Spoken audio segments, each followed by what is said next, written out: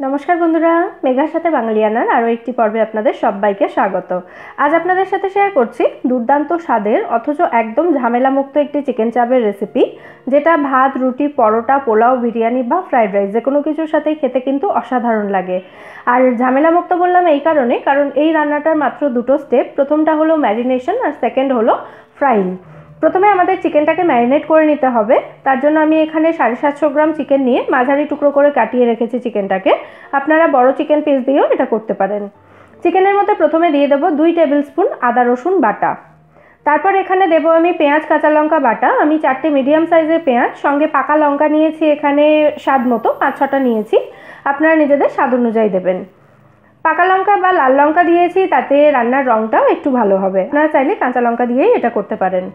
পেঁয়াজ, কাঁচা লঙ্কাটা বেটে আমি এখানে দিয়ে দিলাম।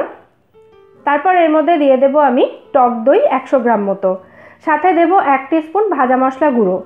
ভাজা মশলার মধ্যে আমি এখানে নিয়েছি গোটা জিরে, গোটা ধনে, শুকনো লঙ্কা, শুকনো খোলায় ভেজে সেই গুঁড়োটা আমি এখানে 1 টিস্পুন দিয়েছি। সাথে দিচ্ছি 1 টিস্পুন গরম মশলা গুঁড়ো। এটা আমি শাহি গরম মশলা গুঁড়ো নিয়েছি, এর পরিবর্তে আপনারা বিরিয়ানি মশলা গুঁড়োও দিতে পারেন। কাশ্মীরি লাল লঙ্কা গুঁড়ো দিলাম 1 টিস্পুন কালারের জন্য। দিয়ে দিচ্ছি স্বাদ মতো নুন, আর দেব 1 টিস্পুন হলুদ গুঁড়ো। এবার এর মধ্যে দিয়ে দিচ্ছি মিঠা আতর। বিরিয়ানিতে যে মিঠা আতর আমরা ব্যবহার করি সেই মিঠা আতরই এখানে দিচ্ছি 2 থেকে 3 ফোঁটা মতো। বেশি হয়ে গেলে কিন্তু তেতো হয়ে যাওয়ার চান্স থাকে, তাই এটা খুব সাবধানে দিতে হবে। ঘি দিচ্ছি এখানে 1 টেবিল স্পুন মতো। তারপরে এই সমস্ত উপকরণগুলোর সাথে চিকেনটাকে খুব ভালোভাবে মাখিয়ে নিতে হবে। আমি এখানে একটা ইনগ্রিডিয়েন্ট একটা উপকরণ এখানে মিস করে গেছি, সেটা হলো ছাতু। ছাতু দিচ্ছি এখানে 2 টেবিল স্পুন মতো। আর যদি আপনাদের কাছে ছাতু না থাকে তাহলে ছোলার বেসন শুকনো কড়াইতে একটু ভেজে নেবেন, সেটাকে ড্রাই রোস্ট করে সেটা এখানে ব্যবহার করতে পারেন। সমস্ত উপকরণ দিয়ে চিকেনটাকে খুব ভালোভাবে মাখানো হয়ে গেছে। এবার আমি এটাকে ঢাকা দিয়ে ম্যারিনেট করার জন্য রেখে দেব মিনিমাম 1 ঘন্টা। মিনিমাম 1 ঘন্টা এটাকে রাখতেই হবে যদি হাতে সময় কম থাকে। আর এটা যত বেশি ম্যারিনেশন হবে তত বেশি কিন্তু এর স্বাদ বাড়বে এই রান্নার। সেই জন্য চাইলে 7 থেকে 8 ঘন্টাও ম্যারিনেট করতে পারেন, কিন্তু সেক্ষেত্রে ফ্রিজে রাখতে হবে। 1 ঘন্টা রাখলে বাইরে রাখতে পারেন।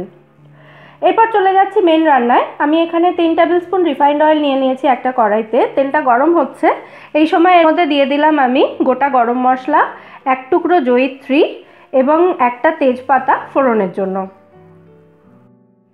প্রায় 30 সেকেন্ড মতো ফোড়নটাকে একটু ভাজা ভাজা করে নেওয়ার পর যখন গোটা গরম মশলার মিষ্টি গন্ধ বেরোতে শুরু হবে, তখন এর মধ্যে দিয়ে দিচ্ছি আমি ম্যারিনেট করে রাখা চিকেনটা।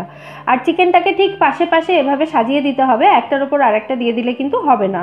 যাতে সমস্ত চিকেনের টুকরোগুলো সমানভাবে ভাজা হতে পারে, সেই জন্য ঠিক এইভাবে চিকেনগুলোকে বিছিয়ে দিতে হবে। ম্যারিনেশনের মশলাটাও আমি ওপর থেকে দিয়ে দিলাম। এবার এটাকে ঢাকা দিয়ে গ্যাসের ফ্লেমটা একটু বেশি রাখতে হবে, মিডিয়াম রেখেছি আমি। মিডিয়াম রেখে প্রথম 5 মিনিট এটাকে রান্না করতে হবে। তারপর এটাকে ঢাকনা খুলে আমি সমস্ত চিকেনের টুকরোগুলো এভাবে একবার করে উল্টে দিচ্ছি। এই প্রথম 5 মিনিট মিডিয়াম রাখার পর বাকি রান্নাটা কিন্তু একদম লো ফ্লেমে করতে হবে। এটাকে ঢাকা দিয়ে দিয়েই রান্না করতে হবে, আর প্রত্যেক 5 মিনিট অন্তর অন্তর একবার করে চিকেনের পিসগুলোকে উল্টে দেবেন। প্রায় 15 মিনিট রান্না করার পর এখন দেখুন চিকেনটা প্রায় সেদ্ধ হয়ে এসছে, হাড় থেকে ছাড়তে শুরু করেছে চিকেনটা। ঠিক এভাবেই আরও 5 মিনিট মতো আমি এটাকে রেখে দেব, যাতে মশলাটাও একটু ভাজা ভাজা হয়ে যায়। আবার এটাকে আমি ঢাকা দিয়ে দিচ্ছি। এখন দেখুন মশলাটাও একটু ভাজা ভাজা হয়ে গেছে। এবার সবশেষে এর মধ্যে দিয়ে দিলাম আমি 1 টিস্পুন মতো কেওড়া জল। কেওড়া জলটা কিন্তু অসাধারণ একটা ফ্লেভার অ্যাড করে এই রান্নাতে, অবশ্যই দেওয়ার চেষ্টা করবেন। এবার খুব ভালো করে একবার মিশিয়ে নিলেই আমাদের চিকেন চাপ এখানে একদম রেডি সার্ভ করার জন্য। এই চিকেন চাপের বেসিক আইডিয়াটা আমি পেয়েছিলাম টিভিতে একটি রান্নার প্রোগ্রামে দেখা একটি চিকেন চাপের রেসিপি থেকে। সেই রেসিপিতে নিজস্ব কিছু ভেরিয়েশন রেখে আমি প্রায়ই রান্নাটা বাড়িতে করে থাকি। এত সুন্দর খেতে হয় এটা, সেই জন্য ভাবলাম আপনাদের সাথেও এটা শেয়ার করি। অবশ্যই আপনারা রেসিপিটা ট্রাই করবেন এবং আমায় জানাবেন এটা কেমন লাগলো আপনাদের। রেসিপি ভালো লাগলে ভিডিওটাকে লাইক এবং শেয়ার করে প্লিজ আমার চ্যানেলটা সাবস্ক্রাইব করে নেবেন যদি এখনও না করে থাকেন। আর পাশে থাকা বেল আইকনটাও অবশ্যই ক্লিক করবেন নিত্য নতুন রেসিপির আপডেট পাওয়ার জন্য। ফিরে আসবো নতুন কোনো রেসিপি নিয়ে। সবাই সুস্থ থাকবেন, ভালো থাকবেন এবং সবাইকে ভালো রাখবেন।